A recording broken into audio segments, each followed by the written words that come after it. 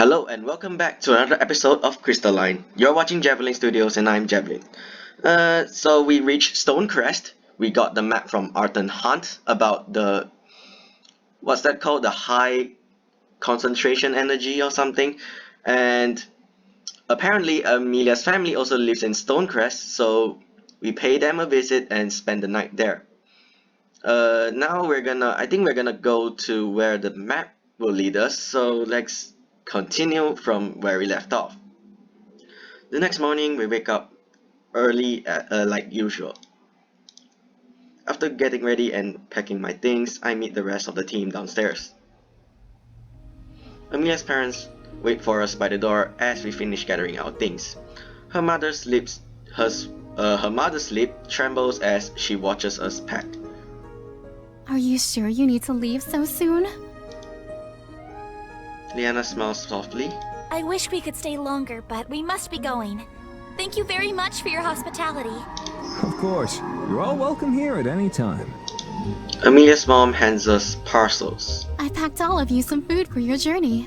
Oh, we couldn't possibly.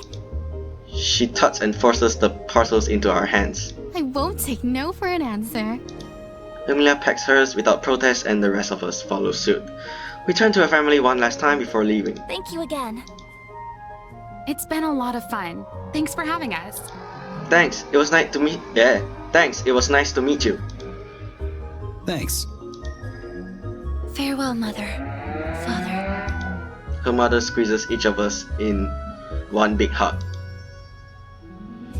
When she hugs Leanna, she pauses. Please take care of our daughter. I will.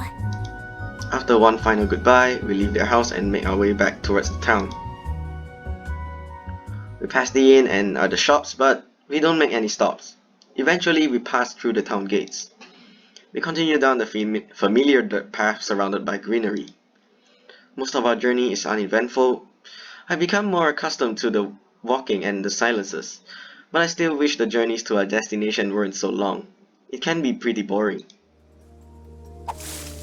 Just as I think that, something darts in front of me. So, I'm not sure what it is. Try and catch it. Whoa! I lunge for wherever it is and my hands brush against its fur as I reach for its tail. It evades my grasp and hops into a bush. The punga waddles over to the bush and watches it curiously. Boy. The bush remains still. The punga cocks its head to the side. Boy. Then he sticks his head into the bush. He immediately retreats as a claw swipes at him. He rushes back to me and hides behind my leg. Boy. He huffs. I mean, you did just go and bother it. The pungo pouts, looking betrayed. Boy. Sorry, Pungo. You know I always got your back. He perks up. Boy. So, what was that thing? It's a sabali. Leanna seems more excited than usual to see an animal. What's that? Basically an overgrown rodent. Untrue. Sabali are not part of the rodent family. They're way cuter than rodents. I didn't get a very good look at it. A very good look at the thing when it raced by. But what is it? Because from what I saw, it looked kind of like a baby bear with long claws and a very long tail. That's a pretty accurate description, actually. They're very rare. Since you saw one, you're going to have good luck. Well, I wish they have at least a book of it, or at least show of what it looked like. But since we got a very accurate description of it, so we have to imagine it for ourselves. Zack looks unimpressed. I don't see how lucky it can be if it almost tripped him up. Well, they tend to hide from people. If one lets you spot it, then that must mean you're special. Such superstitions originated back when primitive societies were learning to recognize dangerous species from harmless ones. Because the sabali feed on insects and small rodents many would deem to be pests, they are recognized as a harmless and even helpful animal. As such, many humans wish to domesticate them as pets. But the Sabali are timid creatures and shy away from most other animals, especially ones which are considered threatening. Thus, the Sabali were regarded as lucky due to the difficult nature of witnessing one. In reality, there is no luck involved. I see. Kara pouts playfully at Amelia. Aw, come on, Amy. Let them keep their superstitions. Amelia's eyes widen. Amy? Sure, that's your name, right? That's what your parents called you. It is, but Amelia pauses, then seems to regain her composure. my name is Amelia. Does calling you Amy bother you? Amelia seems uncertain. I did not mean to imply that it is a bother. It is merely a surprise. Aw, well, don't worry, Amy. It's a cute name. Amelia fidgets as Leanna calls her Amy. She tries to speak, but for once she seems flustered. Well, it seems that Let's leave Amy alone and move on. We stare at Zack. What? You called her Amy. It's shorter than 3 syllables. Why wouldn't I call her that if she's okay with it? Amelia sighs. if that is what you prefer, then I suppose you may call me as such. Kara grins and pats Amelia on the head. I knew you'd come around. Amelia at first blinks in confusion. As Kara continues to head pat her, she doesn't really seem to know what to do with herself. Eventually, she just lets it happen. Although Amelia tries to act cool, the touch of pink in her cheeks gives away her true thoughts. I think she likes the nickname.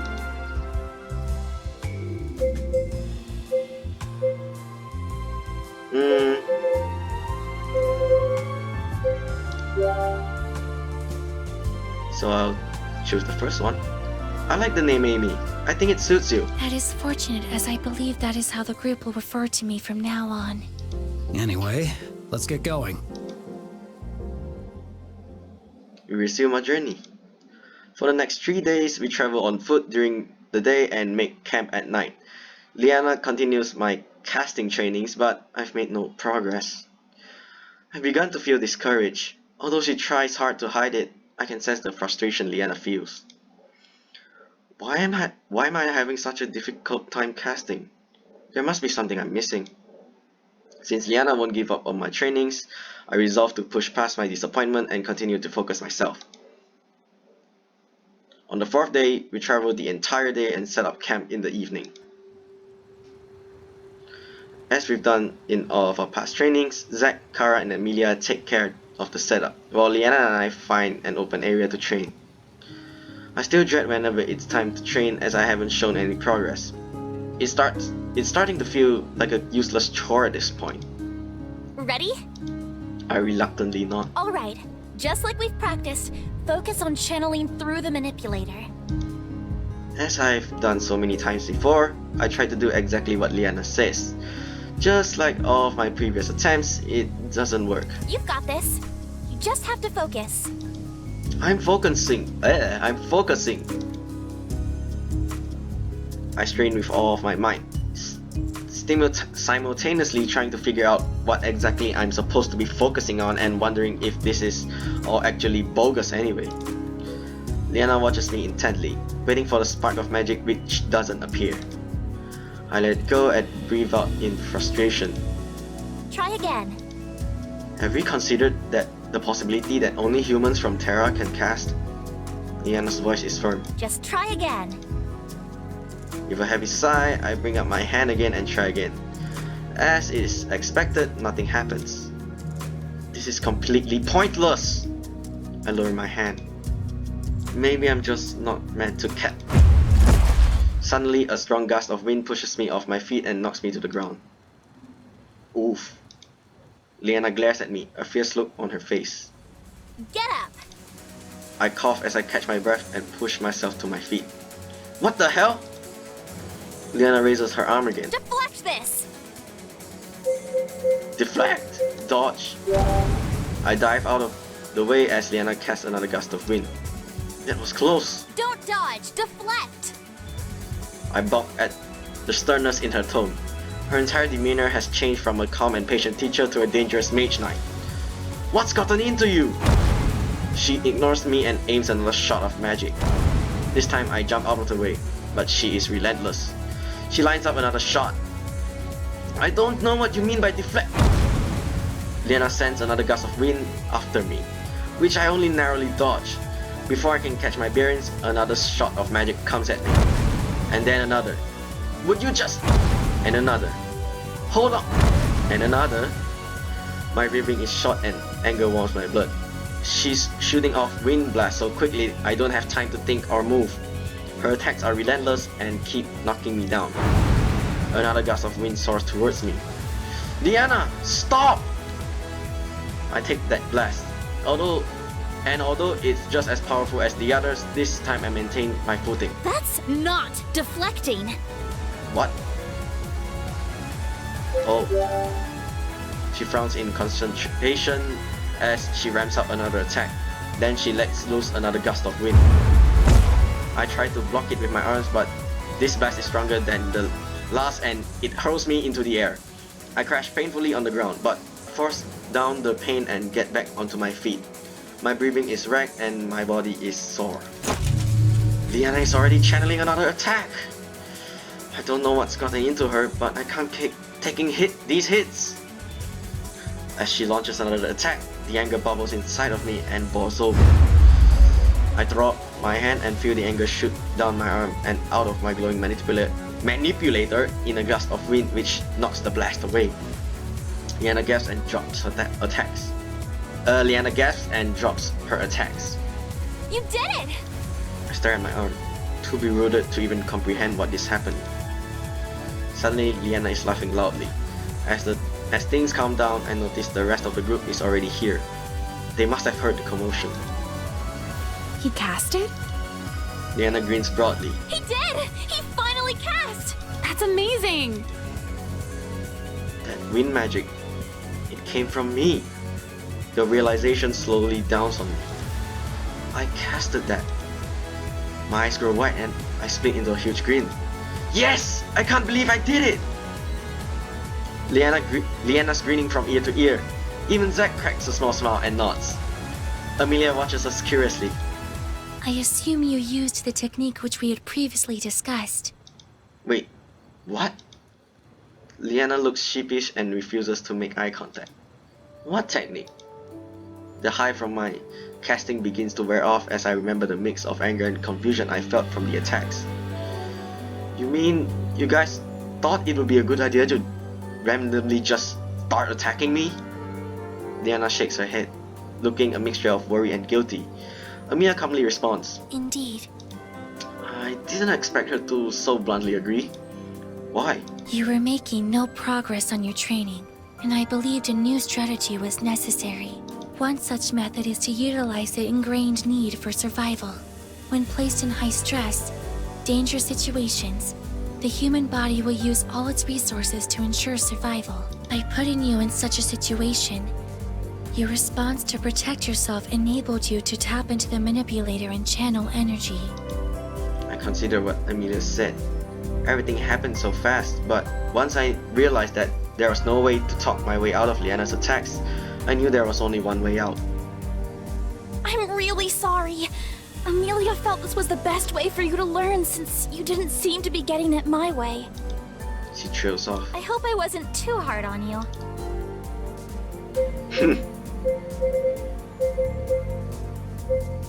Please be gentle next time. Alright? I can't deny that the strategy worked and she does seem sorry about it. I smile reassuringly. I guess I'll let you off the hook this time. But next time you plan on surprise attacking me, maybe you can hit me a little less hard. Leanna looks sheepish. I'm sorry. I thought my casts were reserved. If that's what you call reserved, then remind me never to get on your bad side. So, what now? Should I try it again? Are you feeling up to it? If you need to take a break, we can do that. I think I should be okay. As the words leave my mouth, my arms sting and I feel a wet spot on my elbow. When I look down, I notice blood on my shirt. Leanna gasps. You're bleeding. I twist my arm, trying to see the damage. You don't say. Hold on, I brought bandages. It's really no big deal. She races back to camp and grabs all the rolls of gauze from her pack. When she returns, she kneels beside me and reaches for my arm. I move my arm out of her grasp. I'm okay, really. This is just a scratch. Based on the level of bleeding, I can tell it's a bit more than a scratch. So can Leanna. She shakes her head. It's my fault you got hurt. Without taking no for an answer, she grabs my arm and takes a look. This time I don't bother resisting. Gently, she dabs at the blood with a damp cloth. I try not to wince from the sting. I'm sorry. I'll try to be gentle. You're fine. Her hands are warm and delicate, and for a moment I forget what she's doing and can only feel her touch. Her gentle fingers deftly wrap the gauze. I forgot how to pronounce this word. The gaze around my arm. After she secures it, she lets her hands fall back in her lap. I feel a split second of disappointment as I let my own arm fall beside me. There, good as new. Kiss it better, please. You didn't have. I think this. Okay, let's do it. Not quite as good as new. Okay, this is kind of going to go weird. Leanna looks at me questioningly. Is something wrong? You forgot to kiss it better. What? Leanna's eyes grow wide. Back where I come from, when someone gets hurt, you kiss the sore spot to help it get better faster. This is something that everyone does? Yep. Leanna shifts uncomfortably. I don't know. That's not something we do here. I pout. First you injure me and then you make fun of my culture. No, that's not my intention at all. It's like you don't want me to get better. She bites her lip. Okay, if it's something that you guys really do, then I suppose I can do it for you too. I hold up my elbow. Leanna's face turns bright red. She hesitates and looks around quickly to make sure no one is watching, then leaves a small peck on my elbow. There. I grin. I'm feeling better already. Her face is still crimson as she nods. I get to my feet and we return to camp. After we've all had a chance to eat and relax, we get ready for bed. For once, as soon as I lay down my head, exhaustion overtakes me and I fall right to sleep.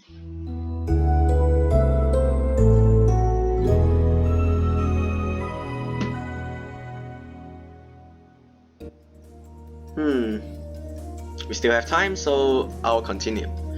We wake up the next morning and continue our travels. After my last burst of magic, I tried to replicate that feeling of casting.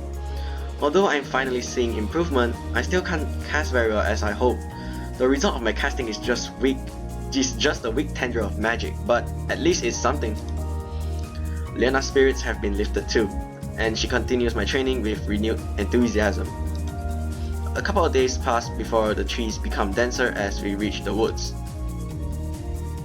We must be on the right track. At first the walk is easy as the trees line a well-worn path, but the deeper into the forest we traverse, the more careful we become of our step as the wild undergrowth tangles our legs. The pungo wobbles unsteadily over the roots and debris on the ground, then hops onto my shoulder. Boy.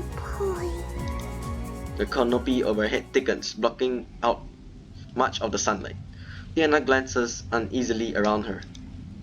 Noticing Leanna glances around too and becomes grave. I think we stumbled into the Forest of Grieving. Leanna balks. Grieving? The pungo looks concerned. Boy? Zack nods. Kara looks curiously at Zack and then watches Leanna gaze suspiciously around her. She seems to put two and two together and grins mischievously. Isn't that the one with all the trapped souls? Is this back where what's that called? The Forest of Sorrows? Are they related? I think this one is just This one is a prank from them. The other one is just a possibility. Leanna's eyes widen and her voice trembles. Trapped souls?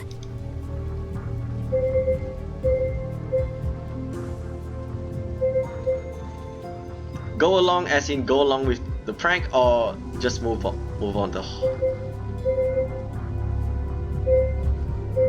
Spook her.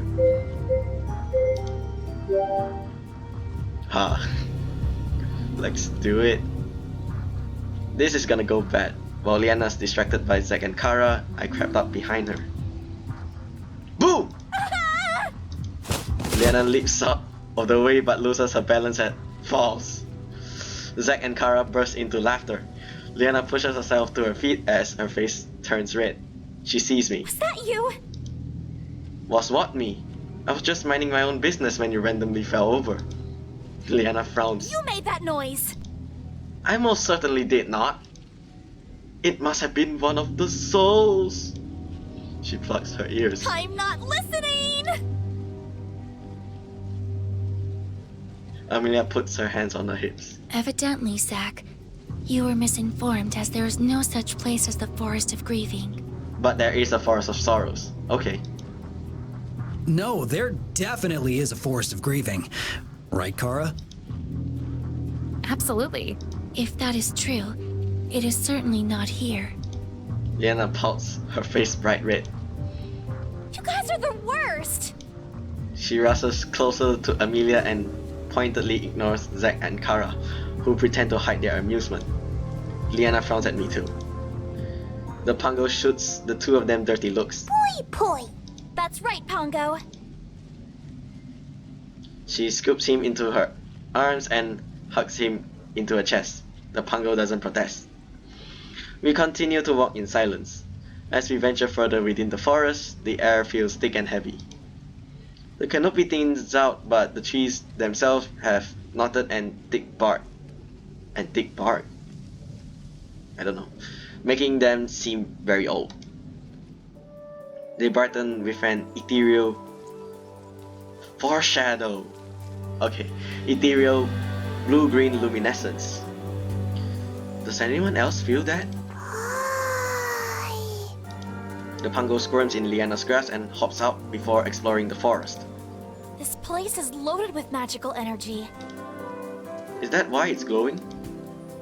The natural formation of crystals is what gives it its coloration. I take my time admiring the natural beauty of the place. It feels like a scene from a fairy tale. Picking up from behind a tree is a small pink Pongo. My Pongo hops over to her, and when she realizes she's been spotted, she hops out into view and tilts her head curiously. Boy! The pink Pongo looks over at Leanna and gives her a wide grin. Leanna gasps as it hops closer to her. Boy! How cute! She reaches out towards the pink Pongo, who hops into her arms. Aw, she likes me! Leanna squeals excitedly and hugs her close. Another Pongo peeks out from behind a bush and hops over to Leanna. Her grin grows even wider. She opens her arms and the Pongo hops in, much to Leanna's delight. Another Pongo! Boy! What? Even more Pongos pop up from behind the trees and bushes and begin to surround Leanna, who watches them with joy. So many Pongos! She reaches out to all of them and they each openly receive her affection. Boy! Is this like the one from Finding Nemo? I think it's from Finding Nemo. The seagulls keep saying, what's that word? And mine? I'll put the scene right over here. I think it's this scene. Probably from whatever this is, from wherever this form, I think is a reference to this. The chorus of poise increase as even more emerge. As soon even Leanna is overwhelmed by the sheer number of Pongos. And soon Even Leanna is overwhelmed by the sheer number of pangos. Zack stands as close to the edge of the trees as possible and as far away from the pangos as possible. His hands hover protectively over his discharges as he eyes the pangos suspiciously. Amir moves from pango to pango, seemingly studying the variations. Kara joins in and plays with the pangos closest to her. As even more pangos filter out into the clearing, Leanna's eyes fill with tears. Too many pongos! Uwu! Is this one called Uwu? Oh no. Leanna, are you okay? Her smile is still as wide as ever as she kneels on the ground, holding as many pangos as she can in her arms, but the tears continue to flow. She speaks between sobs. I can't hug them all! Kara comes over and puts a comforting arm around her. It's okay. Just hug as many as you can. Leanna sniffles and nods. My pango looks up at me with a wondering gaze.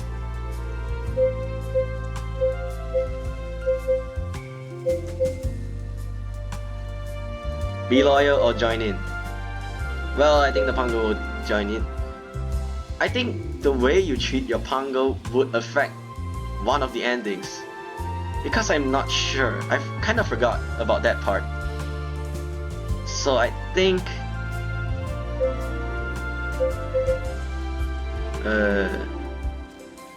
I'll choose the second. Look at all of these new friends. I scoop out the nearest pango and it poised happily. My pango pouts. Boy. Come on, don't be jealous. He huffs as he looks away. Boy. From among the pangos emerged a pango larger than the others. He has a twist of leaves which wears around his head as he passes. All the other pangos seems to settle down in reverence. That word. He pauses in front of Leanna. Boy? Leanna blinks. Boy. That was a long string of boys. Becoming. I step in front of Leanna and address the pango. Don't worry, we come in poise. Everyone stares at me while Zack face pumps and shakes his head. The pango just looks at me curiously. Boy? I don't think he understood me. My pango steps up to the larger pango and speaks in a series of poise. Boy. The larger pango seems surprised, then nods. Boy. Boy.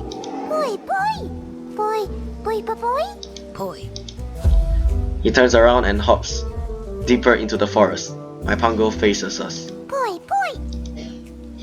He tilts his head to indicate the forest, then follows the larger pango. Should we follow them? Zack shrugs, but Leanna nods. Yeah, I think we should. At the very least, we can't leave him. What if he's leading us to danger? It would seem that the other pongos respect the larger pongo. He may be the equivalent of a king or other authority figure. If he wished us harm, we would already know. Besides, the most harm a pongo can do is cuddle us. Or maybe pango acts as a slime, then can eat us all like amoebas. You never know.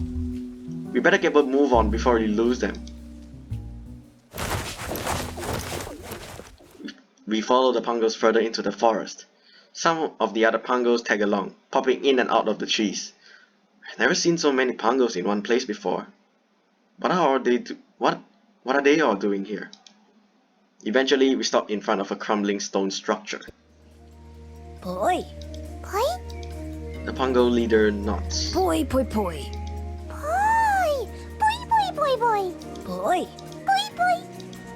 It would seem the pongos have escorted us to the temple we seek. How did they know? Can they understand us? More than likely, our pongo friend inquired as to the reason for the migration of so many pongos in one area. He must have been curious about their source of energy, which just happens to be the Earth Temple. I narrow my eyes at Amelia. This seems very coincidental. Do you speak Pongo? No, but that rationale should be common sense. Zack snorts, then tries to cover it up. I look back at the temple.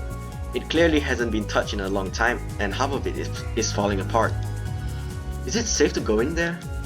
Kara seems excited. Only one way to find out. She marches towards the temple. But what about the Pongos? Won't they be upset? Especially considering we intend to absorb the energy. The temples were built over areas of naturally high concentrations of energy, so the temples continuously amass energy at an accelerated rate. Therefore, the amount which we will absorb will be replenished fast enough to not adversely affect the Pongo's ecosystem.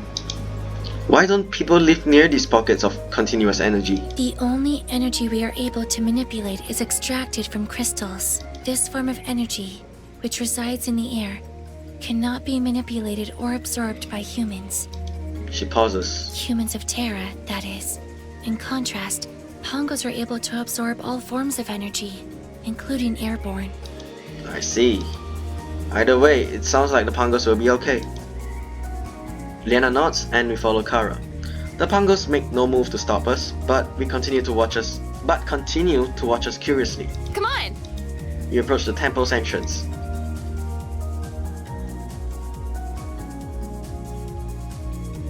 The temple's structure, at least what remains of it, reminds me of the one from the fire temple. It's built with an open front and I can see where the altars may have stood in the past. Now it's just weathered stone. The columns are still holding up, but I watch them precariously, untrusting of their stability. Vibrant green moss camouflages the grey stones. I have to admit, the view is quite impressive. Kara takes the lead and steps carefully on the stones, obviously testing for traps. The rest of us hang back and let her explore without distraction. Leanna holds on to the Pongo, who seems eager to explore with Kara. After circling through the temple, she returns to us perplexed. Based on the design of the fire temple, I figured the earth temple would have more traps. Or even just one trap, but I found 0. Then we should definitely stay on our guard. Are you doubting my abilities? No! I just meant... Kara giggles. I know. I'm just teasing.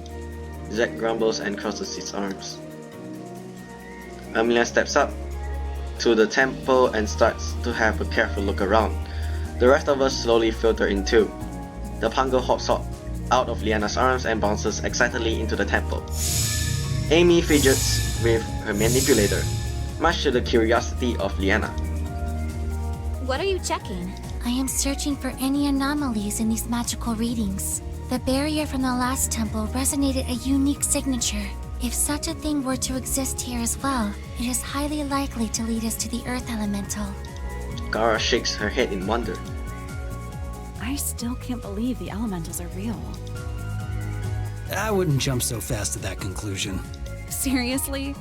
Did you forget about our journey to the fire temple? I didn't. But I don't remember me or the rest of you seeing the fire elemental, except him. Zack gives me a pointed look. He wouldn't have a reason to lie about it. Exposure to large quantities of magical energy can potentially cause hallucinations. There have been documented cases of such events transpiring. So I'm just high all the time.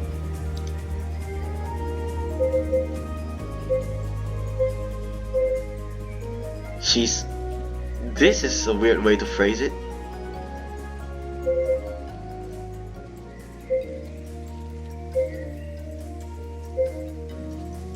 Well, I'm not from here.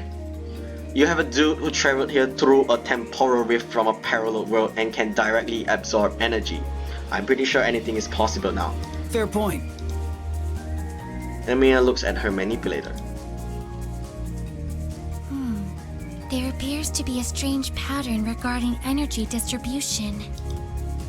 A sudden rumble from above breaks our attention. The rock shifts precariously, then crack, and come crashing down above me. Look out! Leanna tackles both out of the way just as Leanna tackles us both out of the way just as the rock smashes down, leaving a heavy split in the stones on the ground. I lay hard on my body. I land hard and my body erupts in aches. In aches. What am I even? Are you okay? Leanna props herself up on top of me and peers down with a worried look. Sorry. I channeled my wind energy into reaching you in time, and I didn't even think about softening the landing. I stare at her. You just saved my life and you're apologizing over something like that? Leanna looks a little surprised, but then she lets out a smile. Are you okay? Yeah, thankfully the brunt of my fall was broken by... Her voice trails off and her cheeks redden when she realizes she's straddling me. She quickly picks herself up. Aw, I actually didn't mind us being like that. I wince as I carefully push myself to my feet.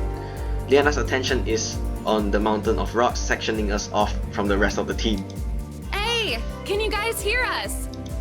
Kara's voice is muted from the other side of the rock wall. We're fine! What happened? The structure collapsed from the instability of the ruins. I would advise caution moving forward. The Pongo's voice is very small. Pongo! Don't worry, he's safe here with us. Speaking of moving, how are we gonna get these stones moved? Stand to the side. I'll move them with my magic. Leanna motions me to move back, and I comply. Her gauntlet flickers to life as she channels her wind energy. At first, the rocks refuse to budge, but Leanna keeps trying. Sweat beads on her face as she concentrates. But even after a few more attempts, she's unable to move any of the rocks to break the wall. I can't seem to move any of the stones. The frustration is evident in her voice.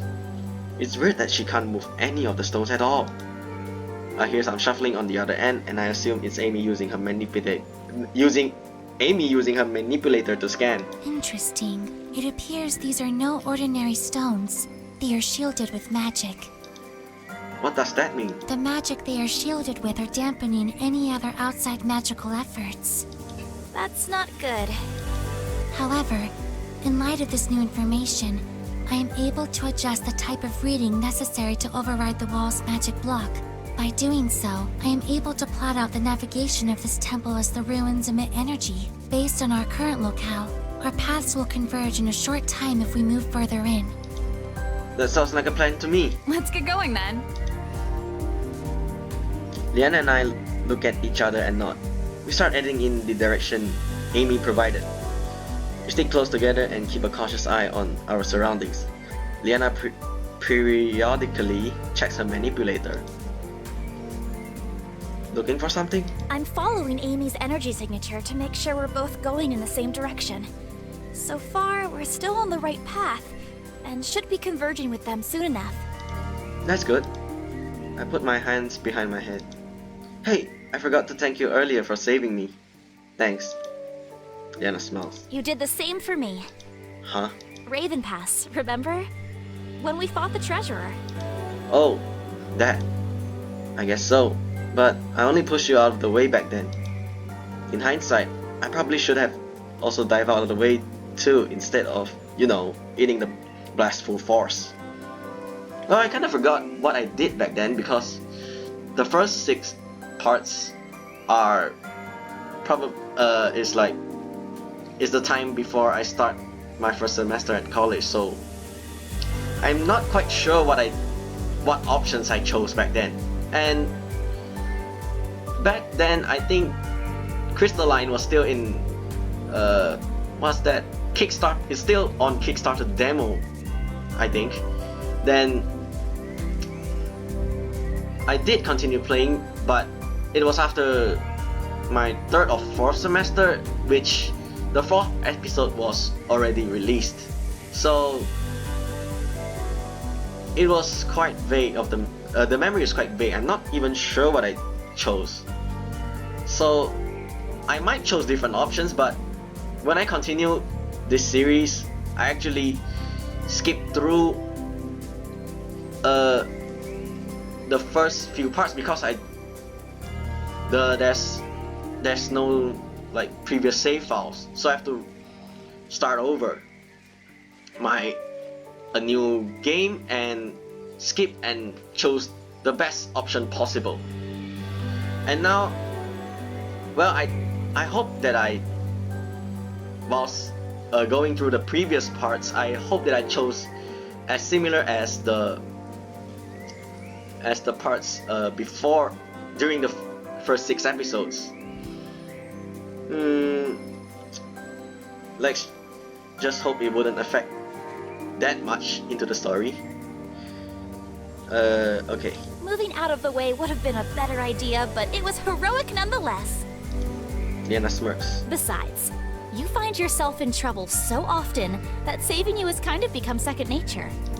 Wow, rude. Leanna giggles. She seems to be in better spirits as we continue traveling. We turn a corner and find ourselves in a slightly open area. I notice a bit of movement from the corner of my eyes, but when I look over, all I see are the same mossy vines which were covering the entrance of the temples too. That's strange. The energy reading here is higher than usual.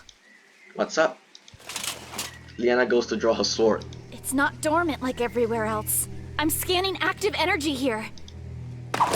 Before I can react, vines shoot up from the stones of the ruins and converge straight towards Leanna.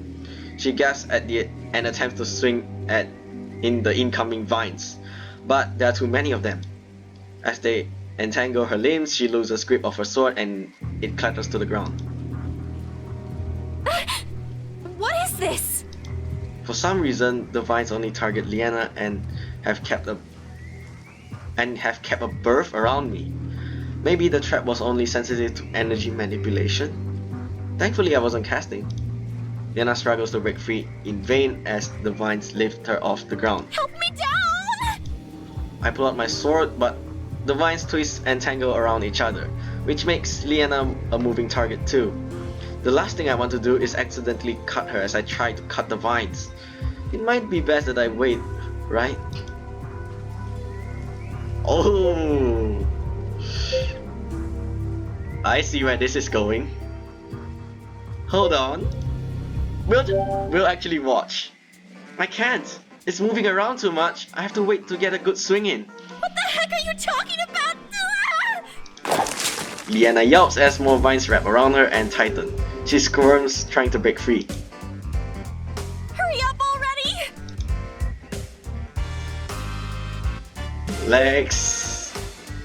Let's continue to observe. Hold on, I don't have an open shot at the vines yet. I swear I'm going to stab you if you don't take a damn swing! Leanna lets out another yelp as more vines start wrapping themselves around her. They circle up her legs and she lets out a short gasp. As they twist up her waist towards her chest, she lets out another yelp. But this one sounds different. Less scared and more pleasurable? For a moment, her expression softens and she closes her eyes. What's going on? This feels so weird! Then her eyes snap open and she shakes her head. Leanna continues to squirm relentlessly, but it only seems to encourage the vines to tighten even more. Alright, I should probably help at this point. If I wait any longer, Leanna might actually follow through on her promise to stab me. I dash forward with skillful precision slice down the vines. As my sword cuts through the vines, they and shrink away from Leanna until she's able to wriggle free. Unfortunately, more vines emerge and hit straight for me. I cut them as they approach, but there are too many of them and I struggle to keep up. Just as the vines are about to encircle me, I spot a familiar glow of blades carve trails of light through the vines. Leanna is a blur as she methodically slices the vines with an accuracy and speed I strive to mimic. Before long, all of the vines lay in motionless pieces on the ground. Well then, Leanna shoots a piercing gaze onto me and I feel a chill go down my spine. With her blade at the ready, she walks towards me and I take a defensive step back. Whoa, what are you doing? Her expression is blank as she remains abnormally silent. I did what you asked! Maybe just a tiny bit later than expected. Her knee strikes me hard in the gut. I double over on the ground, clutching my stomach in pain. You think I don't know what you were up to? I don't know! Her face is beet red as she crosses her arm. In my defense, you did like you were enjoying yourself near the end there. Somehow, her face turns even redder. She kicks me hard in response. I can't believe you'd project your creepy, made-up, imaginary, completely impossible, perverted fantasy onto me! Haha! Seemed pretty real to me. And don't kick a man while he's down. Did you just say something? No, ma'am. This never happened. Got it? She glares at me despite her burning cheeks. Yes, ma'am. Let's hurry up and get going then. Leanna doesn't wait for me as she continues down the path. I pick myself up off the ground. The image of Leanna is in such a compromised position is embedded in my memory. The image of Leanna in such a compromised position is embedded in my memory. Oh god. It's well worth the pain to my gut. I jump to catch up to her.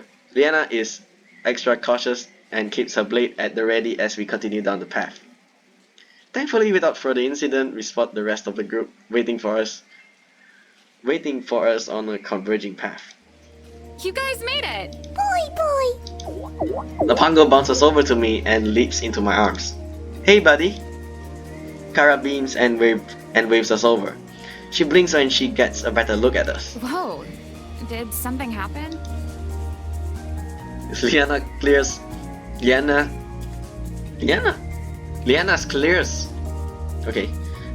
her throat and as a subtle pink tinges her cheeks. Nothing at all.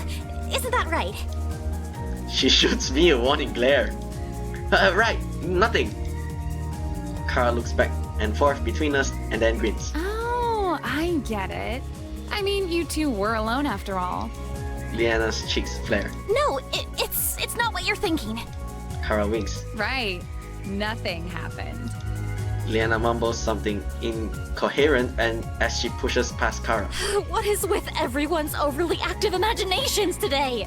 Well, mine is actually real. The group looks to me for answers. Yeah, nothing happened. Let's get going. I concur. It would be advisable not to spend any more time than necessary here. Thank you, Amelia. Alright, let's go. You too, Zach. Boy! Don't worry about it. The Pongo shrugs as he hops onto my head. With Leanna leading the way, we continue moving forward. We continue down the path of the Earth Temple. Huh?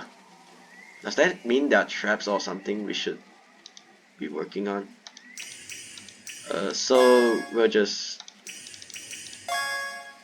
click on these things.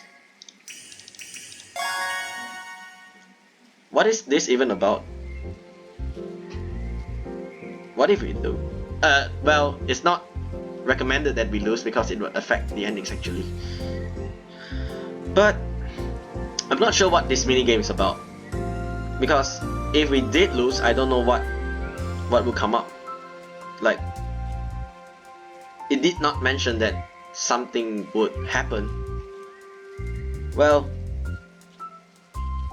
we finally made it to the core of the temple. The center of the temple is a lot different than the rest of the place. For one, it's not crumbling apart. Birds flitter across the sky and there is lush greenery all around. Sitting in the middle of the garden is a beautiful woman. Her dress is the same green as the plants and there's something about her that feels warm, inviting and alive. The sound and voices of my friends fade away as I'm filled with tranquility and beauty of nature surrounding me. She raises her hand and at her touch, I feel a sense of calm and peace. Just like at the fire temple, I can feel the revitalizing effect of the energy absorption.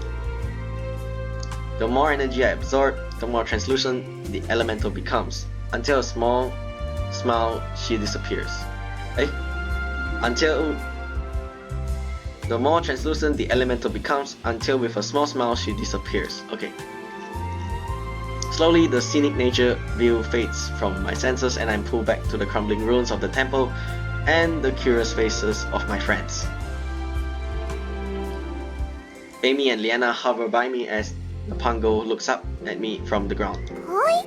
His pupil dilation is returning to normal. Are you feeling okay? You completely zoned out there. I nod.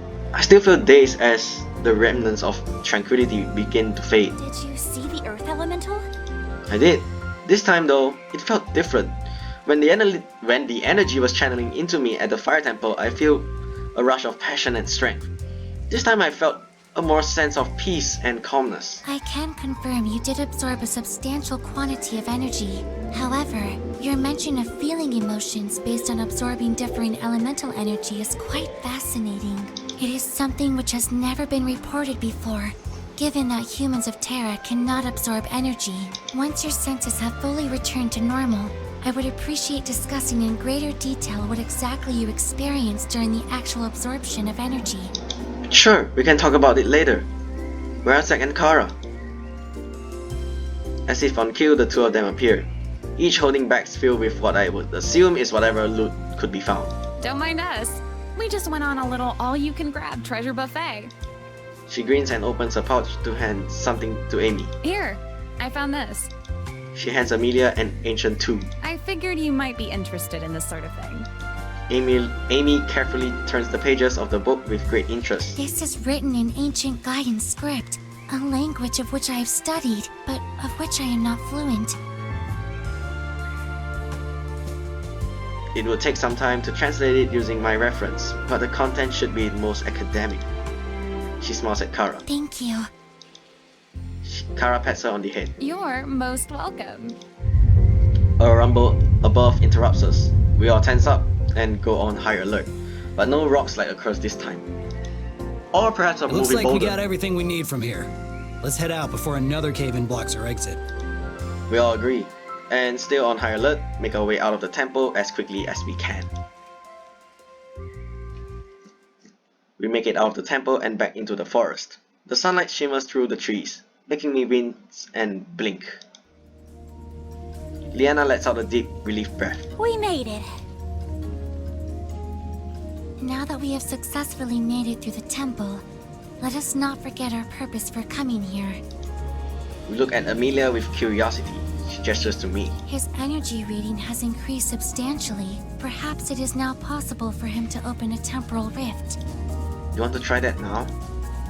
A grin spreads across Amelia's face. Indeed. This place is pretty barren. I suppose we can try it here. Kara blinks. Oh, you're doing that again. Yeah, I'm gonna go boom. She shuffles away and away and away until she's behind a tree. Keeping watch again? You know it. Lie! Zack creates a bit of distance too, but not as much as Kara. Leanna and Amelia look at me. Are you ready? Kara's voice is far away. Wait!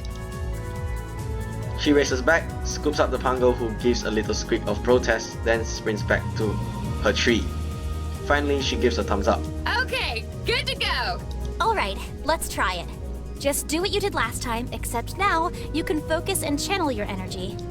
Amelia, who is standing beside her, nods. I close my eyes, and I try to focus on creating a rift. I bring up in my mind the images of what I saw when I first entered Terra.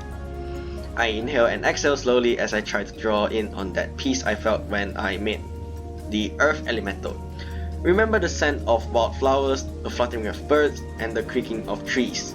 It fills me with a soft, gentle calm that spreads throughout the rest of my body. An odd, tranquil stillness fills my mind. Keep going. Visualize your cast. My brows furrow. I sense a dark shape peeling away at the sky. and suddenly a hot surge of energy flashes down my arm. There's a loud crack followed by a hiss. I open my eyes. A churning wind pours out of my manipulator and swirls about the dirt and grass. The trees groan and sway. I try to keep the wind stable, but it's just too strong. The muscle in my arms strain with effort, and wind whips about Leanna's hair and clothes. My cast is more powerful than before, but still unrefined. You are nervous and panicking. Ease your mind and calm yourself. Right, don't panic. Don't panic. My heart lurches, anxiety calls in my stomach. You may stop now. I do as she says. The wind snarls and then smooths into a gentle breeze. The last bit of it skims through the grass and then vanishes, quick as a butterfly flutter. My arms dangle at its side. They feel as if they're being pulled down by heavy weights. I'm taking deep breaths, my heart still pounding. I cringe and look up at the two. How did I do? Leanna hesitates. That was... A failure. Amelia! Amelia blinks in surprise. Is that not what you're going to say? He was unable to create the rift. You don't have to be so blunt about it. Leanna sighs and crosses her arms. He did better than his first try.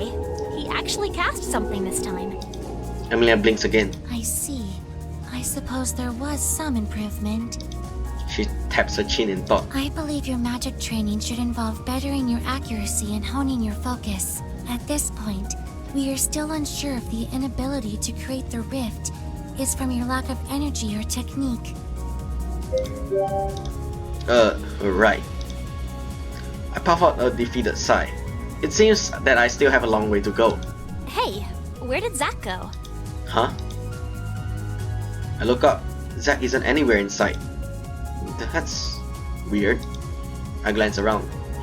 Deep in the forest, I see a rustle of something black. I squint. Maybe it's Zach's trench coat. I zero in on it and see Zach and Kara peeking behind the same tree. Hey, when did you get all the way back there? Zach's voice is faint. You couldn't control it. No way was I gonna stand there if you went splat. This coat is not easy to clean. My jaws gives a little tweak. Thanks for the vote of confidence. Zara grins and claps her hands. She shouts for us to hear her. You put on quite the show. Glad I wasn't there for it, though. Leanna frowns. Okay, it's done now. Can you guys come back? Kara skips over. Zach follows with his arms crossed. So, where to next? According to Alderison's notes, Ellendale is the closest city located to where the ancient people worshipped the air elemental. I believe we will be able to uncover more information from the library there. Kara smiles and ruffles Amy's hair. Sounds great, Amy. Amelia flushes. She coughs and then glances away. Let us be on our way. We hike out of the forest and find a new path. Amy leads us north and we begin traveling on foot for the rest of the day. My legs ache, and by the time the sun starts to disappear, I'm ready to collapse. Maybe I'm still feeling the effects from trying to cast earlier, but all of this walking is making me even more exhausted than usual. We keep walking until we find a good campsite. Leanna says the large open space would be a good place for me to practice my wind magic in the morning. Amelia sparks a small campfire for us. Zach cooks up another delicious dinner, and by the time I'm done, I can barely keep my eyes open. The rest of the group is still up and talking, but as soon as I lay my head down, I tumble into a deep and fast sleep.